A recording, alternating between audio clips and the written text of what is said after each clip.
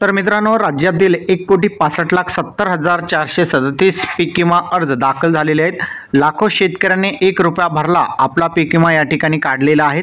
पीक विम्यापोटी राज्य सरकारला आता 4,725 कोटी रुपये या ठिकाणी पीक विमा कंपनीकडे भरणे गरजेचे असणार आहे। खरीप हंगाम 2024 साठी प्रधानमंत्री पीक विमा योजनेअंतर्गत पिकांचा विमा भरण्याची अंतिम मुदत 31 जुलै रोजी संपुष्टात आली असून 31 जुलै अखेरपर्यंत 1,65,70,437 पीक विमा अर्ज पीक विमा पोर्टलवर दाखल झालेले आहेत। याद्वारे लाखो शेतकऱ्यांनी ₹1 या ठिकाणी पीक विमा हप्ता भरून पीक संरक्षित केले असल्याची माहिती कृषी मंत्री धनंजय मुंडे यांनी दिली आहे। प्रधानमंत्री पीक विमा योजनेअंतर्गत पीक विमा पोर्टलच्या वतीने सुरुवातीला 15 जुलै ही अंतिम तारीख देण्यात आलेली होती।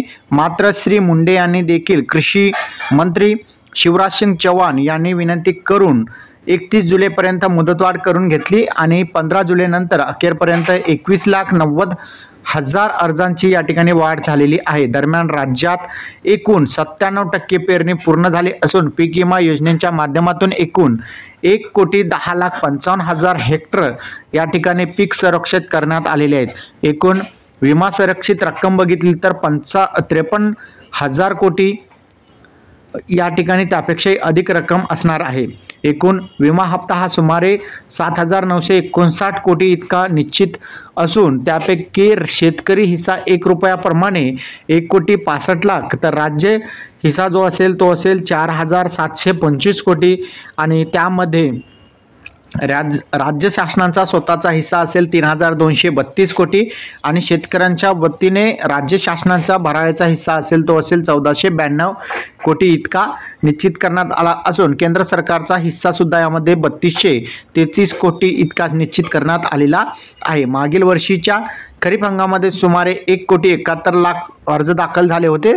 तर संपूर्ण हंगामात वेगवेगळ्या प्रकारचे नुकसान झालेल्या शेतकऱ्यांना पीक विमा पोटी आतापर्यंत 7,280 कोटी रुपये या ठिकाणी मंजूर करण्यात आलेले। त्यापैकी 4,271 कोटी रुपयांचे वाटप पूर्ण करण्यात आले असून आणखी 3,009 कोटी रुपयांचे वितरण सध्या सुरू असून अंतिम पीक कापणी अहवालांचे काम 100% पूर्ण झाल्यानंतर या रकमेत आणखी वाढ होण्याची शक्यता असल्याचा कृषी मंत्री धनंजय मुंडे यांनी सांगितलेले आहे। तर अशा प्रकारे बघितलं तर पीक विमा अंतर्गत 2024 अंतर्गत 1,65,70,437 अर्ज दाखल झालेले आहेत। तुम्हाला हा व्हिडिओ कसा वाटला कमेंटमध्ये सांगायचा विसरू नका। चॅनलवर नवीन असाल चॅनलला सबस्क्राईब करा।